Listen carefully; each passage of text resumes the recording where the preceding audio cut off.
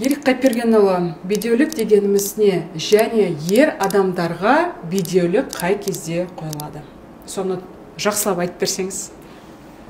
Бедеулік диагнозы негізі ерлі зайыптылардың арасында бір жылдың ішінде бала көтерілмесе, жүктілік болмаса әйелінде, ерлі зайыптыларға бедеулік деген диагноз қойылады. Ол бедеуліктің ерлер тарапынан немесе әйел адамдардың тарапынан деп екіге бөлінетін факторлар болады. Ерлер тарапынан ол сперматогенездің бұзылысы. Енді екіншіден инфекциядан пайда болған сперматогенездің бұзылысы. Ең жаманы ерлер тарапынан болатын бедеуліктің ең жаманы ол азооспермия. Оның басты себептері қандай болуы мүмкін? Ол инфекционный заболеваниялар, жыныстық жолмен жұғатын инфекциялар.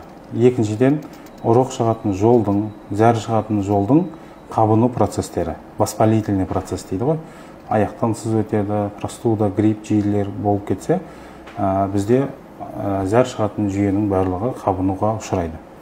Сол кезде сперматогенез бұзылады, ұрық шығу жолындағы простата безі қабынады, везикула безі қабынады. Сонымен қатар каналдың өзі, уретраның өзі қабынып, бізде сперманың шығуына кедергі жасайды. Қандай белгілер бойынша ер адамдар дәрігерге қаралуы керек? Және ерлер тарапынан қандай анализдерді тапсырған дұрыс? Ер азаматтарға бедеулікті алдын алу үшін қандай кеңес берер едіңіз? Бедеулікке ерлер тарапынан алып келетін себептер ол өте көп. Біріншіден, ерлі зайыптылардың арасында бір жылдың ішінде жүктілік болмаса, егер тұрақты түрде жыныстық қатынас болған жағдайда.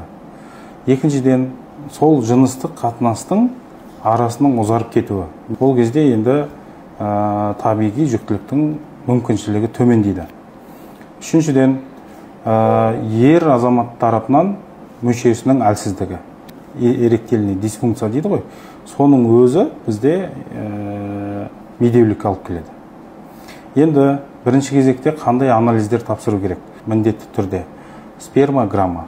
Спермограмманың развернутый түрі, спермограмма, саны, активность, қозғалғыштығы, морфологиясы және мартесін міндетті түрде көру керек. Ерлерге кеңес берер едім, үйленбей жатып, осы анализді өздері үшін бір рет тапсыруға. Үйленердің алдында егер қандай да бір кемшіліктер болса, үйленгенге дейін соның барлығын реттеп қоюға кеңес берер едім.